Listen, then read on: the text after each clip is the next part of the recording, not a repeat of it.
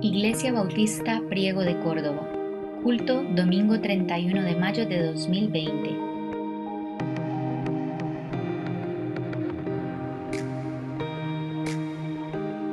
Buenos días, queridos hermanos. Estamos un domingo más reunidos como iglesia de esta manera telemática, haciendo nuestros cultos en directo a través de YouTube.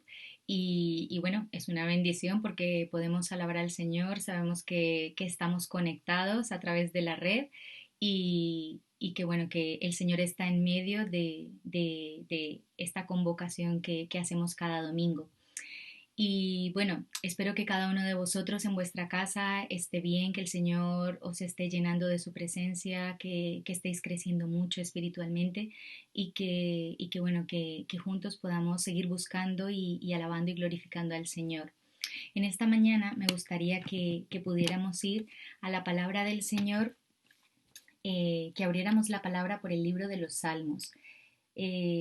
Sabemos que es un libro lleno de poesía, de cantos que el pueblo de Israel hacía al Señor y quiero que hoy leamos el Salmo capítulo 114. Vamos al capítulo 114 y vamos a leer estos 8 versículos que nos van a bendecir seguramente mucho. Dice así la palabra del Señor. Cuando salió Israel de Egipto, la casa de Jacob del pueblo extranjero, Judá vino a ser su santuario e Israel su señorío. El mar lo vio y huyó, el Jordán se volvió atrás, los montes saltaron como carneros, los collados como corderitos. Versículo 5 se pregunta, ¿qué tuviste, oh mar, que huiste? ¿Y tú, oh Jordán, que te volviste atrás? Oh montes, ¿por qué saltasteis como carneros? ¿Y vosotros, collados como corderitos? A la presencia de Jehová tiembla la tierra, a la presencia del Dios de Jacob, el cual cambió la peña en estanque de aguas y en fuente de aguas la roca. Qué buena es la palabra del Señor, porque fijaros que en estos primeros dos versículos, en el versículo 1 y 2, sin lugar a duda, estamos contemplando un salmo que relata el Éxodo. Cualquiera que haya leído el libro del Éxodo, podemos ver que el pueblo de Israel está siendo liberado de su opresor, el pueblo de Egipto.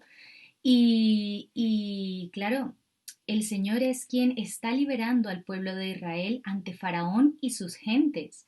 Dios ha creado un pueblo y lo ha creado para que le adore. El pueblo de Israel está viviendo bajo esclavitud del pueblo de Egipto y Dios ha creado a ese pueblo para que le adore, no para que esté en esclavitud, para que le rinda culto como a su Dios. Y Israel en Egipto, como bien hemos dicho, fue un pueblo vasallo y oprimido que fue después liberado por su gran rey. Dios era su rey. Israel en aquel entonces no tenía rey. Después porque como seres humanos se empecinaron a tener rey, luego tuvieron rey, pero Dios era su rey, Dios era quien estaba por ellos. Y en estos dos versículos podemos ver que evidentemente está hablando de Israel cuando fue liberado de Egipto y nos lleva, nos traslada a ese evento de la liberación del Éxodo. En los versículos 3 y 4 podemos contemplar algunos eventos que fueron históricos. Cuando el pueblo de Israel atravesó en un primer momento el Mar Rojo y en un evento posterior el río Jordán. Dice, el mar lo vio y huyó. El Jordán se volvió atrás. Y también el temblor de la tierra en el monte Sinaí cuando el Señor descendió sobre el monte. En el versículo 4 podemos ver que los montes saltaron como carneros y los collados como corderitos. ¿Qué le está pasando a la naturaleza? En los versículos 5 y 6 claramente vemos unos interrogantes. Dice, ¿qué tuviste, oh mar, que huiste? ¿Qué es lo que está pasando? Y tú, oh Jordán, que te volviste atrás. Oh montes, ¿por qué saltasteis como carneros y vosotros collados como corderitos? ¿Por qué huyen las aguas y las montañas tiemblan? Porque están viendo al Dios soberano que gobierna toda la tierra como posesión suya. Y el saber que tenemos un Dios soberano, un Dios que gobierna, para nosotros es una gran tranquilidad, ¿Por qué el salmista quiere poner de manifiesto este temor por parte de la naturaleza? Porque el Señor se está dando a conocer en beneficio de un pueblo al que Él está dirigiendo. Todo lo que hay alrededor tiembla porque Dios está haciendo grandes maravillas a través del pueblo que Él ha escogido, a través de la nación que Él va a apartar para que le adore, para que le rinda culto. Y finalmente en los versículos 7 y 8 conocemos el nombre del Dios de Israel, ese Dios que estamos viendo que se está dando a conocer, que está haciendo prodigios, que está haciendo maravillas, que está abriendo el mar en dos, que a la naturaleza, que la naturaleza se ve intimidada, este Dios que es potente, que es poderoso para liberar, para salvar. Y vamos a conocer, y dice el versículo 7, a la presencia de Jehová. Aquí se nos da a conocer el nombre del Dios de Israel. ¿Quién es el Dios de Israel? Jehová es el Dios de Israel, Jehová, el Dios de Jacob, el Dios al que Jacob no dejó en aquel momento y que no le dejaba hasta que no le bendijera. ¿Quién está causando todos estos hechos en la naturaleza? Es Jehová, el Dios de Jacob, el Dios del pueblo de Israel. Si Dios hizo llegar a Israel hasta este momento victorioso para hacerlos una nación santa, si Dios los estaba liberando, si los estaba en el Éxodo, vemos que los estaba liberando del pueblo de Egipto para hacerlos una nación santa, una nación apartada, nosotros ahora si hemos sido libertados del pecado, si somos su iglesia, también debemos prepararnos y vestirnos de ropas limpias porque el Señor nos está esperando en la Jerusalén celestial. Alabemos pues en esta mañana al Señor, alabémosle hoy, alabémosle también mañana y que nuestra alabanza y nuestra vida de adoración le rindan culto al que es digno, al que se merece toda la alabanza, toda la gloria. Que el Señor sea glorificado en nuestras vidas en esta mañana y que el Señor os bendiga a lo largo también de toda esta semana.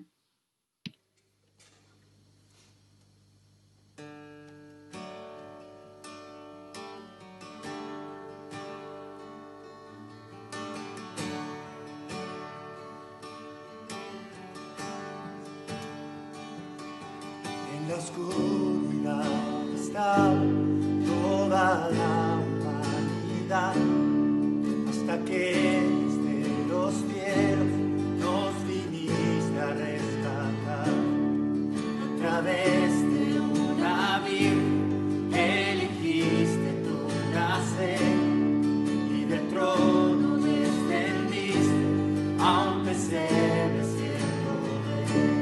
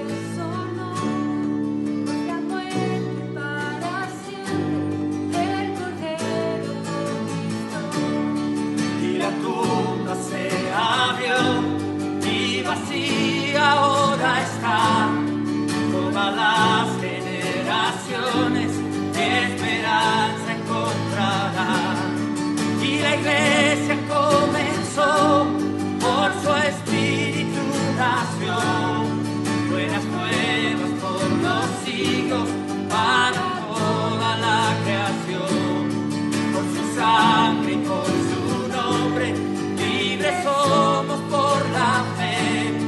Jesucristo ha vencido, nos resucitó con él. Gloria al Padre, nuestro Dios, gloria al Hijo, el Salvador, gloria al Santo Espíritu, Rey de reyes, nadie hay como tú. Gloria al Padre, nuestro Dios, gloria al Hijo, el Salvador, gloria al Santo Espíritu, Rey de reyes, nadie hay como tú. Rey de reyes, nadie hay como tú.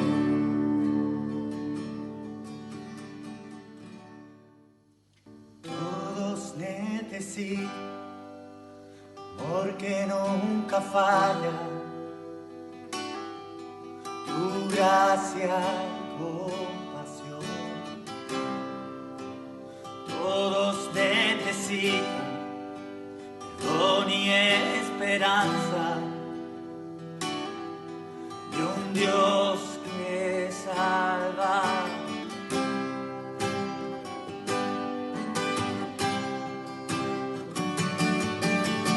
Cristo puede mover montes, solo Dios puede salvar, y Dios puede salvar por siempre, autor de salvación.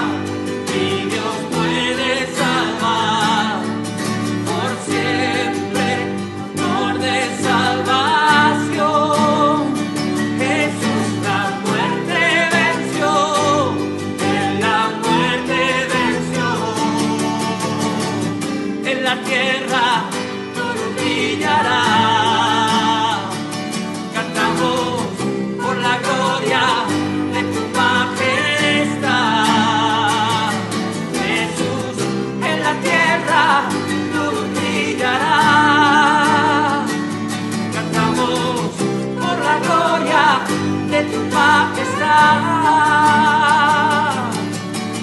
Cristo puede mover montes, solo Dios puede salvar, y Dios puede salvar por siempre, autor de salvación. Jesús la muerte venció, Él la muerte venció.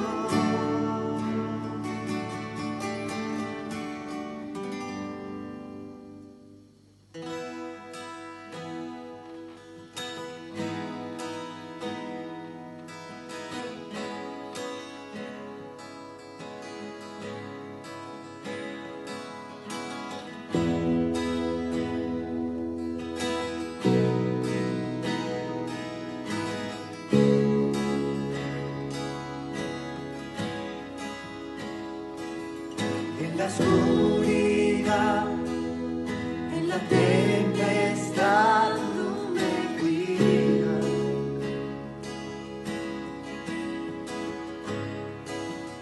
En dificultad me levantaré en tu gracia. Por el fuego andaré y no me quemaré. Tu espíritu aviva mi alma. A la cruz miraré, mi temor dejaré. En la luz de tu gracia, Señor.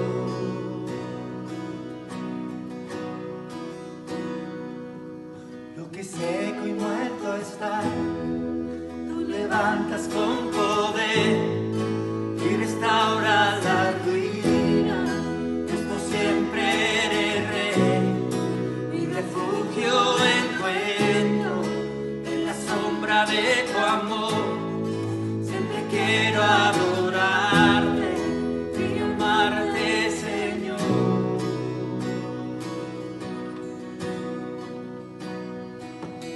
Aunque en el dolor mi esperanza está en tu promesa.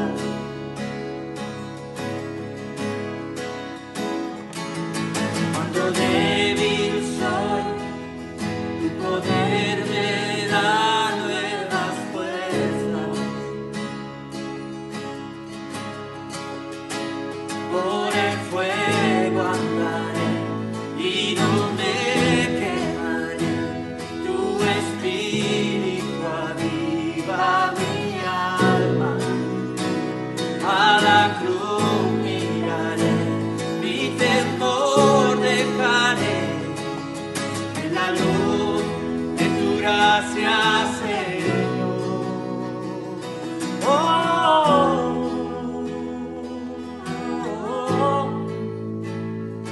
oh,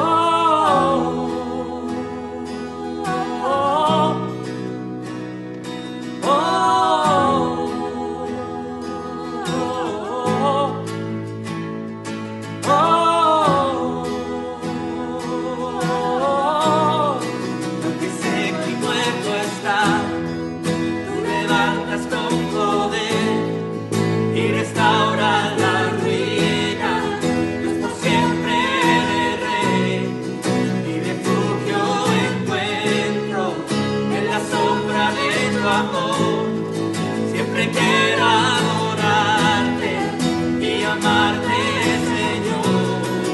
Lo que seco y muerto está, tú levantas con poder y restauras la ruina.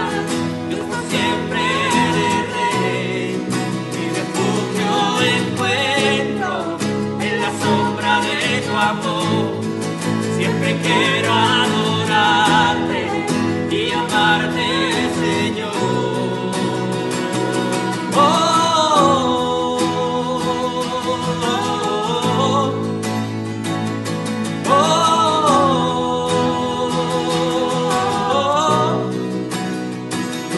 oh,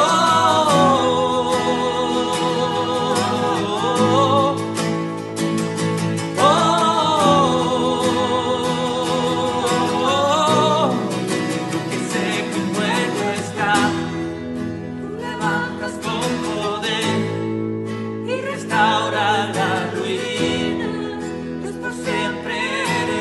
mi refugio encuentro en la sombra de tu amor.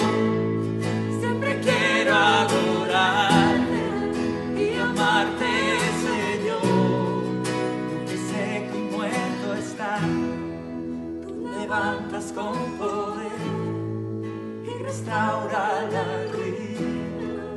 Pues por siempre eres Rey, mi refugio encuentro en la sombra de tu amor.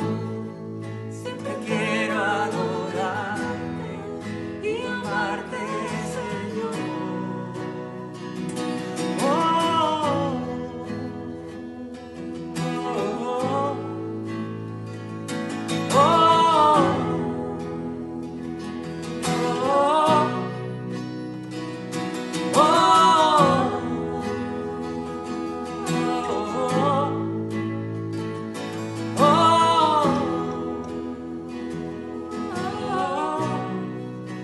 seco y muerto está, tú levantas con poder y restaura las ruinas. Dios por siempre eres Rey, mi refugio encuentro en la sombra de tu amor. Siempre quiero adorarte y amarte, Señor.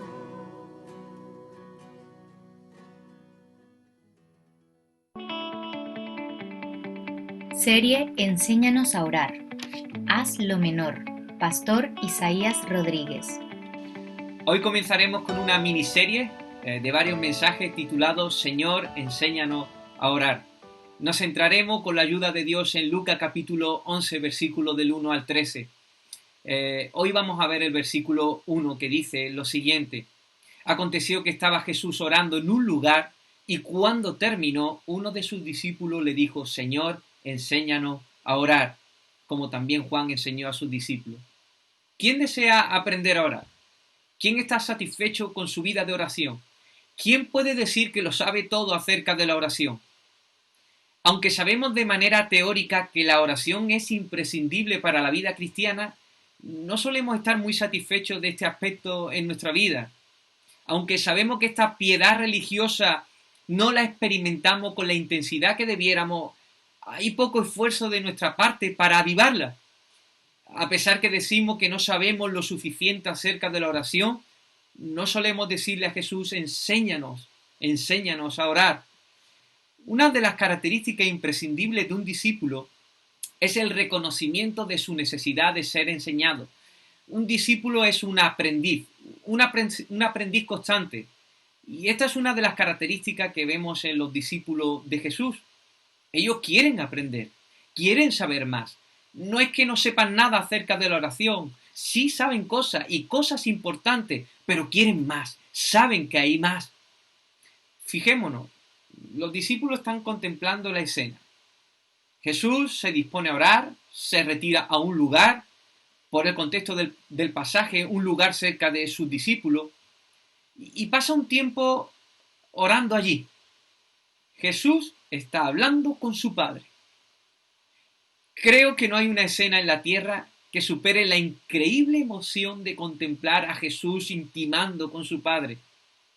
Mira, ni la escena de Messi con el balón en los pies, regateando a todos sus adversarios que se le oponen y metiendo un impresionante gol.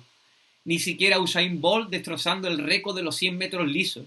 Ni la emoción que produce la obra del Rey León en el Teatro Lope de Vega de Madrid. Tampoco la contemplación de las hermosas auroras boreales en Islandia.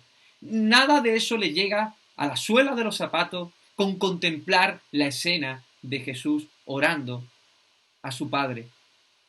Ni siquiera muchas de las actividades de Jesús en su etapa ministerial, como la expulsión de demonios, la predicación con denuedo, motivó tanto a sus discípulos para decirle que le enseñara a realizar esa misma práctica.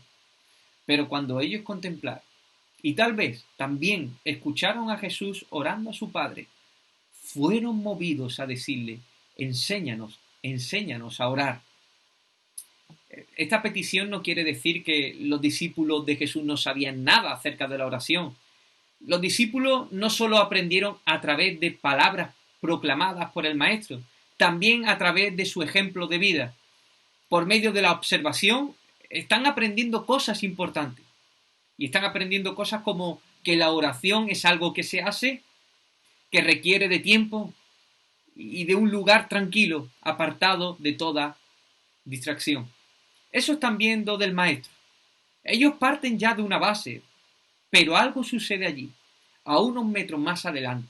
Algo ven, oyen y sienten que se les despierta el deseo y las ganas de aprender acerca de esa piedad y le dicen al Señor, enséñanos a orar. Oh, querido hermano, hay mucha gloria y bendición. Hay un océano insondable donde sumergirnos y contemplar las maravillas de Dios por medio de la oración. Hay más, mucha más intimidad. De modo que podemos rogar al Señor, enséñanos a orar.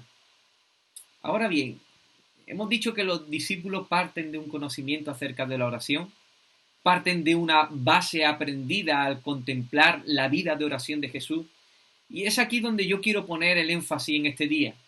¿Cuál es esta base? ¿Qué han aprendido al ver orar a Jesús? Al menos tres cosas. La oración es también una actividad, la oración también requiere de un lugar y la oración también requiere de un tiempo específico. Algunos dirán, pero Isaías, la oración es algo más que se hace, es algo más que eso, es más que estar en un lugar específico, es más que tener un tiempo específico. Y te diría, sí, es verdad, pero la oración no es menos que eso. Y podrías decirme de nuevo, pero la oración es más que una actividad, es intimidad, es más que estar en un lugar, es estar en la presencia del Señor en todo lugar. Es más que empezar a una hora y terminar a otra, es estar todo el día en la presencia del Señor. Y yo te respondo, amén. Pero la oración no es menos que algo que se hace en un lugar específico y en un tiempo específico. Miremos este pasaje en el versículo 1. Dice, aconteció que estaba orando Jesús en un lugar y cuando terminó, dice, aconteció, nos habla de un suceso, de algo importante comprendido en el tiempo. ¿Qué ha sucedido? Que estaba Jesús orando, actividad, en un lugar específico. Y dice, y cuando terminó, un tiempo específico. Por tanto, esto lo están aprendiendo los discípulos por medio de la observación. La oración no es menos que esto. ¿A dónde quiero llegar con esta frase que la oración no es menos que esto? Pues muy bien, en el día de hoy hay muchos cristianos que dicen que la oración es más que una actividad, más que tener una determinada hora para orar, más que tener un lugar específico, pero lo hacen mucho con el objeto de excusarse de su pobre vida de oración. Suelen decir que tienen intimidad con Dios durante todo el día, en todo lugar, y no le hace falta un tiempo específico. Dicen que todo el día es estar en comunión con Dios. Pero ellos piensan que por unas cuantas palabras fabricadas por su mente de vez en cuando durante el día, dirigidas a Dios, creen que están orando a Dios sin cesar, que están continuamente experimentando la manifiesta presencia de Dios, pero nada más lejos de la realidad. La gente habla como si fuera más fácil estar en la presencia de Dios todo el día, en todo lugar, que estar durante unos minutos en el día en un lugar específico. Si no hay primero lo menor, ¿cómo se va a tener lo mayor? Estos discípulos de Jesús parten de esa base. La oración es una actividad o es también una actividad, también requiere de un tiempo específico, también requiere de un lugar específico. Eso es esencial. Tienen esta base, lo aprenden de Jesús. Querido, si no hay lo menor en nosotros, ¿cómo va a estar lo mayor? ¿Queremos aprender a orar? Comencemos averiguando si esta lección está aprendida por nuestra parte o necesitamos realmente aprenderla antes de avanzar. Comencemos con lo objetivo, con aquello que se puede observar fácilmente. Primer punto, versículo 1 dice, aconteció que estaba Jesús orando. La oración es también una actividad. Si te fijas, digo también, la oración es una continua intimidad con Dios, pero también es una práctica, algo que se hace. Jesús está orando. ¿Intimando con su Padre? Por supuesto que sí, pero también practicando la oración. ¿Hay bendición y gloria en esa relación? Por supuesto que sí, pero el Hijo de Dios, para pasar tiempo con su Padre, le requirió esfuerzo, trabajo, incluso tribulación y agonía, como vemos en el huerto de Getsemaní. Como dice Martin Lloyd-Jones, la oración es la forma más elevada de la actividad cristiana. Podemos decir que la oración es la actividad que más le cuesta a nuestra carne realizar. Nos es más sencillo asistir a la iglesia, servir en algún área específica de la iglesia, incluso estudiar la Biblia, que orar de verdad. Se suele decir que si no queremos hacer una idea de un hombre, hay que verlo cuando está de rodillas. Leonard Ravenhill dice: ningún hombre es más grande que su vida de oración. Y es esto lo que aprendemos de Jesús, un hombre que practicaba constantemente la oración.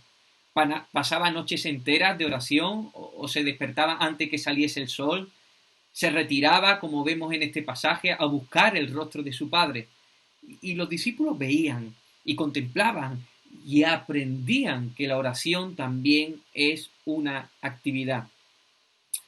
Si conocemos la piedra de toque, sabemos que es una piedra dura, de color oscuro, y sirve para conocer la pureza del material con que está hecha la pieza que se frota con ella. Así que se toma una pieza de oro, se frota ligeramente con la piedra de toque, y esta acción deja una rayadura en la piedra, una huella. Luego se vierte una gota de ácido nítrico sobre la huella, y si la pieza es de color puro, la huella no cambia de color.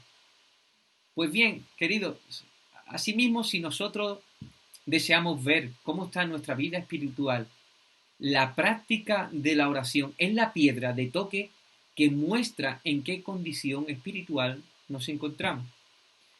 Es verdad que no siempre una persona que está todos los días un tiempo en su cuarto, durante ese tiempo determinado, esté realmente teniendo una buena relación con Dios. Esto puede que sí o puede que no, pero lo que es seguro es que las personas que no practican la oración de esta forma no están disfrutando de una relación continua en todo tiempo y en todo lugar. Así que, echando una simple mirada en cuanto al objetivo, nos podemos hacer una ligera idea si esta lección de la oración ha sido aprendida por nosotros o no, si está siendo practicada o está siendo descuidada. Hay más.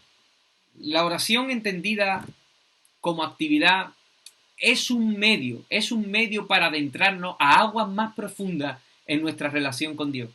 ¿Queremos más intimidad? Hay que practicar más la oración.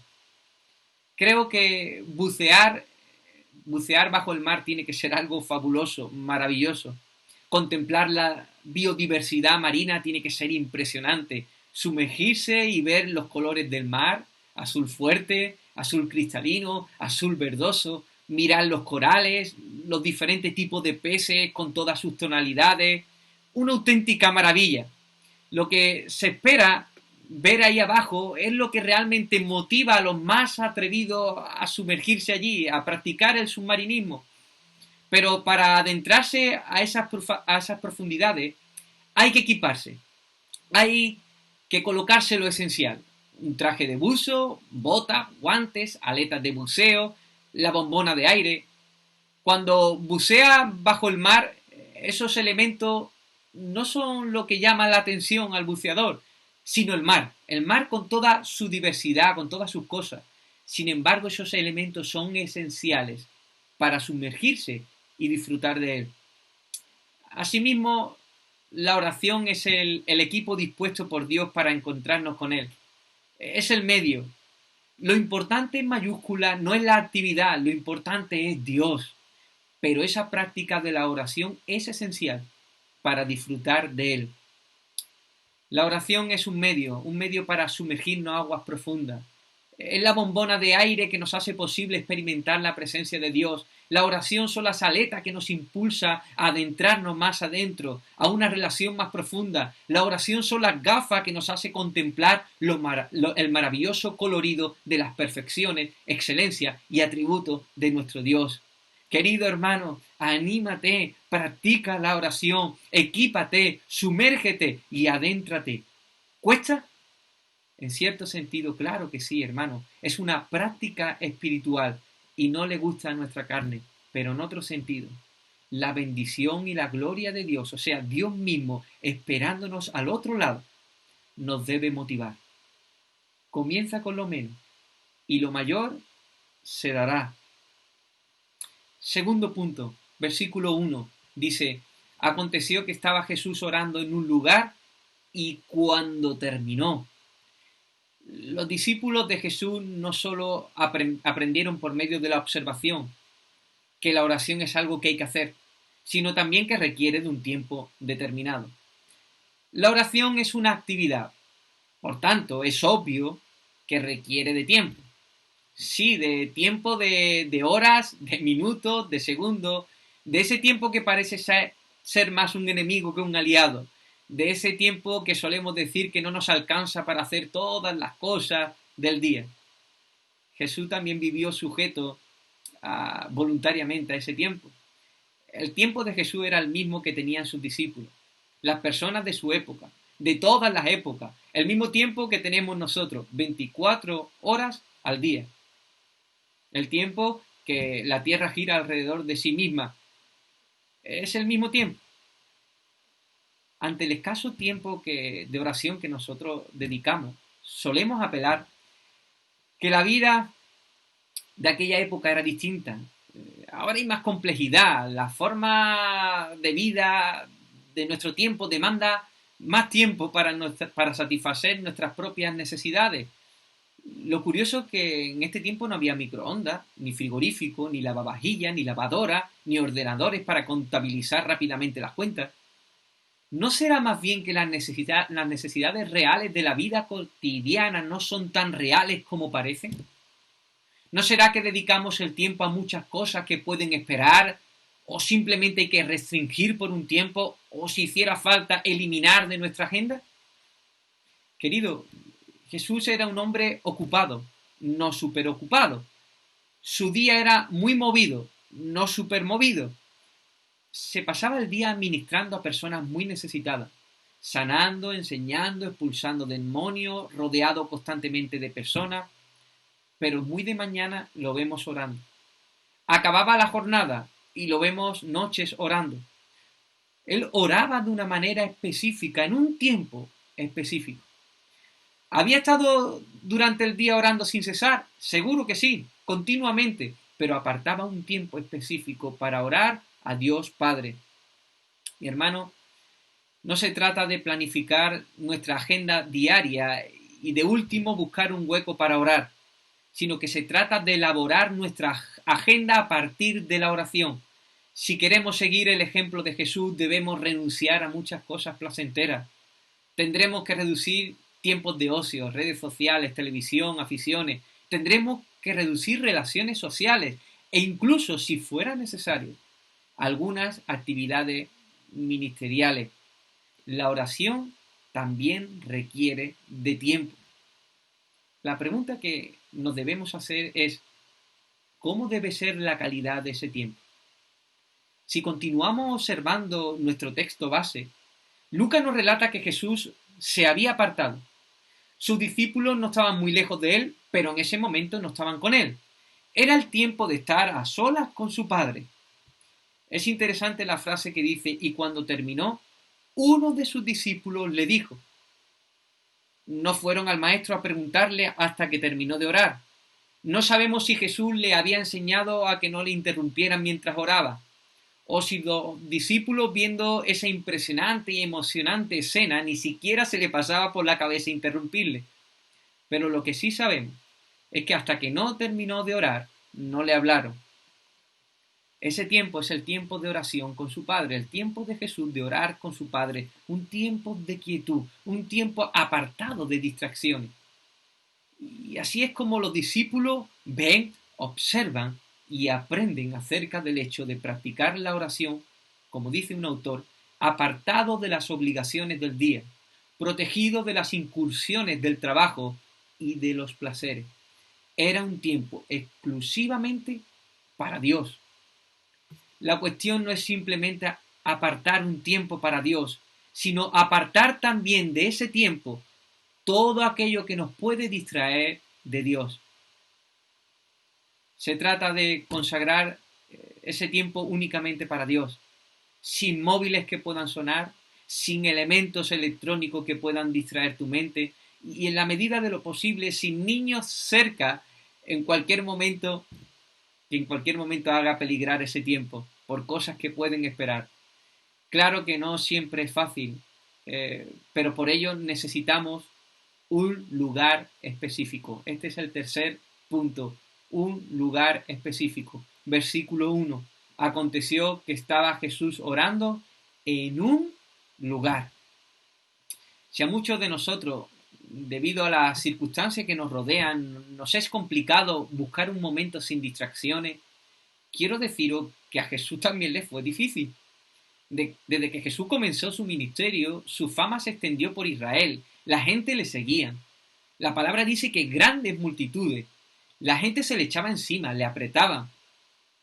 Imagínate. Por un lado, Jesús, mi hijo, está gravemente enfermo. Por otro lado, Jesús, te traigo a mi padre que está paralítico. Mientras este último no había acabado de hablar, otro decía, hijo de David, ten misericordia de mí, estoy ciego. Y Jesús sanaba, expulsaba demonios, enseñaba. Después de jornadas intensas, cerca del anochecer, cuando ya todo parecía que se había acabado, de nuevo aparecía más gente, con más necesidades. Nos preguntamos, ¿qué hacía Jesús para saciar el deseo de su alma para estar en quietud con su Padre? Él enfilaba sus pasos hacia los lugares altos de las montañas. Montañas frías, pero corazón ardiente de pasión por estar con su Padre. O cuando subía a Jerusalén para la fiesta judía, se retiraba al monte de los olivos.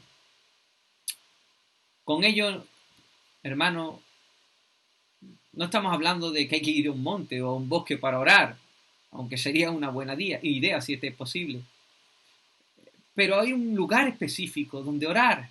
Y los discípulos veían y observaban y aprendían acerca de la necesidad de buscar lugares solitarios para estar en quietud con Dios. No todos tenemos estos magníficos lugares cerca de la casa.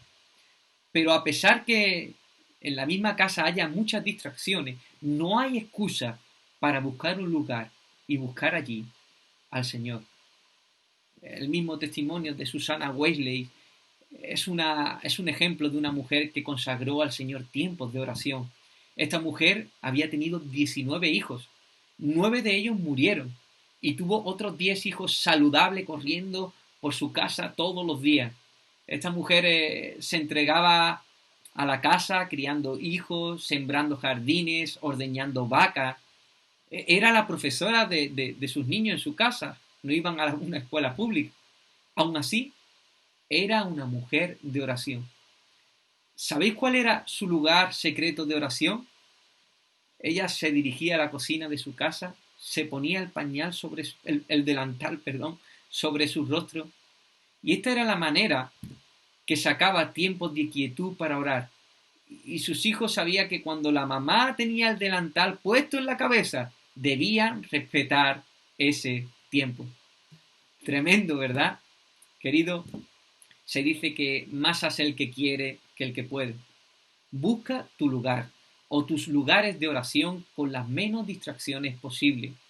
Una habitación en tu casa, o un jardín, o una montaña, u otro lugar solitario cerca de tu casa. Y busca tu lugar de quietud. Y allí busca al Señor. Hemos comenzado en este día preguntando, ¿quién desea aprender a orar? Los discípulos dijeron, Señor, enséñanos a orar. El testimonio de vida, de oración de Jesús estaba haciendo eco en los corazones de los discípulos. Cuando ellos dijeron estas palabras, estaban comprendiendo también lo menor, lo estaban observando, lo habían visto en Jesús, lo estaban aprendiendo. La oración es también una actividad. La oración también requiere de un tiempo específico y la oración también requiere de un lugar específico. Como discípulo, nosotros somos aprendices constantes. Pero quiero preguntarte, ¿estás practicando con regularidad la oración? ¿Estás consagrando tiempos exclusivos para estar en intimidad con Dios? ¿Cuentas con un lugar de oración? Si esto no está siendo así, debemos comenzar aprendiendo estas cosas esenciales para tener una vida de oración saludable. El error es pensar que por saber la teoría de estas cosas ya la hemos aprendido. El aprendizaje cristiano es conocer, es decir, saber y experimentar, hacer. Quiero decirte, queridos hermanos, que hay un océano insondable en Dios, pero hay que comenzar colocándose el equipo. ¿Hay más intimidad en Dios? Sí, pero hay que orar. Hay que ponerse el traje de buzo, hay que aletear, hay que bucear, hay que ejercitarse en esta piedad de la oración. Solo los más atrevidos, los valientes en Dios, los que le creen a Él, se esforzarán y contemplarán las profundidades de Dios. ¿Tienes poco tiempo para esta tarea? Pues replantea tu agenda, coloca prioridades, desecha lo que te haga perder tiempo innecesario y si no hay otro remedio, sacrificas cosas buenas. No te arrepentirás, te espera algo mucho mejor. Y por último, busca un lugar que te permita estar estar tiempos de calidad con Dios, lo más alejado de las distracciones. E incluso edifica un lugar que cuando entres en él o vayas allí te impulse a buscar el rostro del Señor. Haz lo menor y vendrá lo mayor. Ora regularmente y vendrá intimidad diariamente. Emplea tiempo específicamente en un lugar específico y vendrá una continua oración en todo lugar. Por último, querido oyente, que no tienes todavía a Cristo en tu vida, te hablo a ti. La más alta bendición para el ser humano es tener una relación íntima con Dios. Y la mayor desgracia es la ausencia de Él. El pecado es el que te aleja de Dios y te espera una eternidad fuera de su presencia. Pero quiero darte la buena noticia del Evangelio.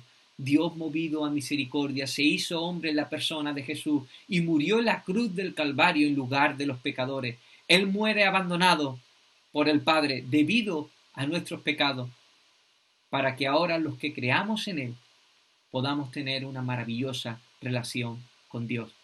¿Quieres vivir una eternidad continuamente en su presencia? Reconoce tu maldad y cree que Jesús es el único suficiente Salvador. Reconócele como Señor y Él te dará vida eterna. Una vida en la presencia continua del Dios de toda bondad y de todo gozo verdadero. Que el Señor te bendiga.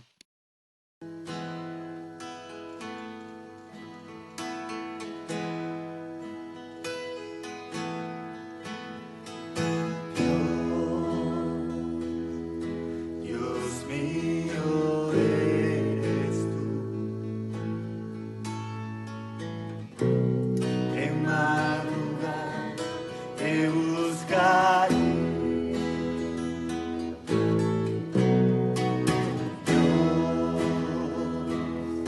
Dios mío eres tú. En madrugada te buscaré. Mi alma tiene sed de ti y mi carne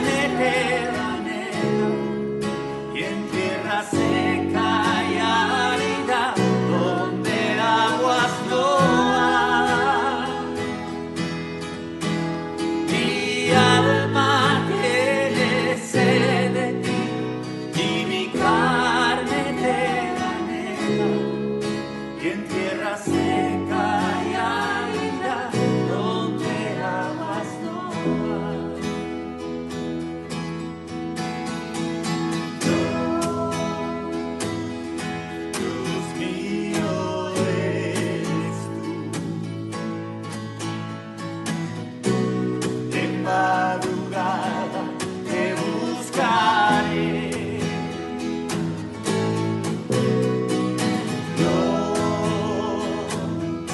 Dios mío eres tú. En madrugada